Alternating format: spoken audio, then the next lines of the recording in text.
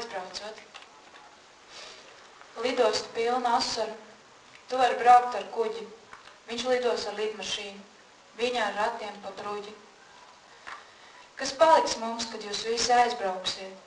Kādu saulētu mēs atradīsim aiz domu baznīcas, kādus kūkus ēdīsim uz Blaumaņa ielas?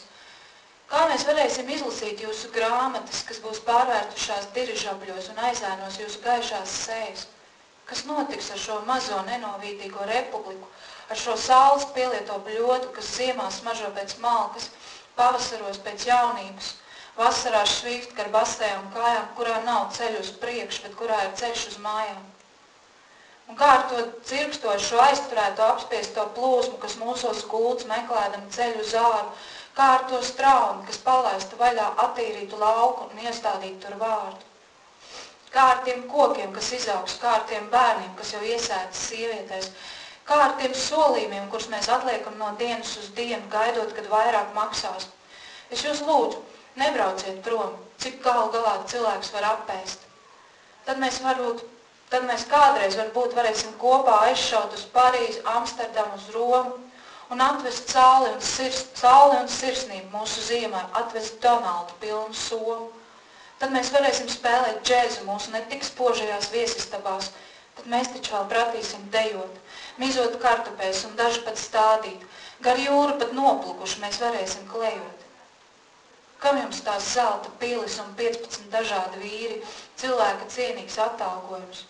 Cilvēks cienīgs mostas no rīta, dzer kafiju rūgtu un sakostiem zobiem smaida. Un, protams, viņi ir maitas, viņi zog un uzskata mūs par idiotiem. Varētu viņus kaut kur aizsūtīt, lai vieglāk elpot ir kāpu krūtīm. Bet bēgt no neliešiem nav nekāds stils, nav drosmīgi, nav tur spēka. Vēl jau mums visiem ir ko ēst, ko mugurā vilkt, ko elpot. Lūdzu, nebrauciet prom, jo dzīve ir dzīvojama. Un nav tā garantijas talonu, ko uzrādīt Briselē, kad iepriekšējā ir salūzus gabalos. Lūdzu, dodiet man jaunu. Viņi jau arī iedos, bet šī dziedās tikai par naudu. Un nedomājiet, ka man nav apnicis tas, ka mēs vienmēr dziedam, bet dzīve ir dzīvojama un negribas palikt vienam.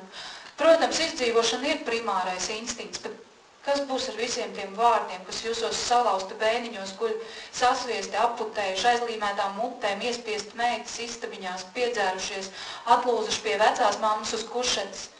Viņi visi taču vēl ir dzīvi un drīz modīsies un jums kaut ko teiks. Mēs visi redz domājam, ka būtu pelnījuši ko labāku, glītāku tepiķi, uzticīgāku vīru. Mēs esam pelnījuši to, kas mums ir. Arī aizbēgt un atvērt lapus tīru un saprast līdz sāpēm, saprast, ka koki bez saknēm neauga, tiek klibo uz plastmasas kājām. Tu domā, ka esi kas īpašs un aizbrauc uz vidusjūru. Tu tiešām būtu kas īpašs, ja paliktu šeit un atklātu to, kas ir tavs uzdevums šajā valodā, šajā zemē, šajā nenovīdīgo, skaudīgo, ciedošo, zogošo ļaužu pūlī. Iespējams, mēs patiešām to saprastu tajā dienā, kad pārstātu bēgt. Čia toks eilėraštis, kokiu pas mus niekas nerašo. Tai yra aktualus eilėraštis, tai yra, sakyčiau, strateginis ir politinis. Ir tiesą sakant, aš labai buvau susigraudinusi jį versdama, išvažiuojant. Oro uostas pilnas ašarų. Tu gali plaukti laivu, jis skris lėktuvu, jį ratais riedės per grindinį. Kasgi liks mums, kai jūs visi išvažiuosit? Kokį saulėtekį mes surasim virš Domo bažnyčios, kokius pyragėlius valgysim Blaumaņo gatvėje, kaip galėsime perskaityti jūsų knygas, kurios bus pavirtusios į dirižablius ir užtemdys šešėlį šviesius jūsų veidus. Kas nutiks su šia maža nedraugiška respublika, su šios saulės pripiltų dubeniu, kuris žiemą kvepia malkomis, pavasarį jaunystę, vasarą tarp basų kojų šnara, kurioje nėra kelių į priekį, bet kurioje yra kelias namų. O kaip su to putojančiu, sulaikytų, užslopintų srautu, kuris gurga mumyse ieškodamas kelio laukan, kaip su ta srove, kuri paleista išvalytų lauką ir pasodintų ten žodį. kaip su tais medžiais, kurie išaugs, kaip su tais vaikais, kurie jau pasėti moteryse, kaip su tais pažadais, kuriuos atidedam diena iš dienos, laukdami, kadagi mokės daugiau. Aš prašau jūs, neišvažiuokit. Kiekgi galų gale žmogus gali suvalgyti. Tada mes galėsim kokią dieną draugę nulėkti į Paryžių, Amsterdamą, Romą ir atvežti saulę bei širtingumą mūsų žiemai, atvežti pilną krepšį Donaldų. Tada mes galėsim groti džiazą mūsų neprabangiuose svetainėse, bet mes dar mokėsime šokti, skusti bulves, o kai kurie netgi sodinti. Palei jūrą galėsim bastytis, net ir nuvargę.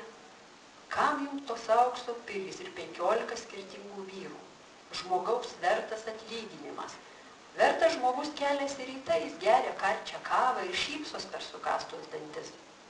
Žinoma, jie yra maitos, jie vagia ir laiko mus idiotais. Reikėtų juos kažkur išsiųsti, kad kopų krūtinė galėtų lengviau kvėpuoti. Bet bėgti nuo niekšų, anoksgi čia stilius, anokia drąsa. Kokia čia jėga. Dar visi turime ko pavalgyti, ko apsivilkti, ko kvėpuoti. Prašau, neišvažiuokit, nes gyvenimas yra gyvenamas. Ir jis neturi garantinio talono, kurį parodytų Briuseliui, jei prieš tai buvęs sudužo į šipulius. Prašau, duokit man naują. Jie aišku ir duos, bet tas dainuos tik už pinigus. Ir negalvokit, kad man neatsibodo, jog mes amžinai dainuojam.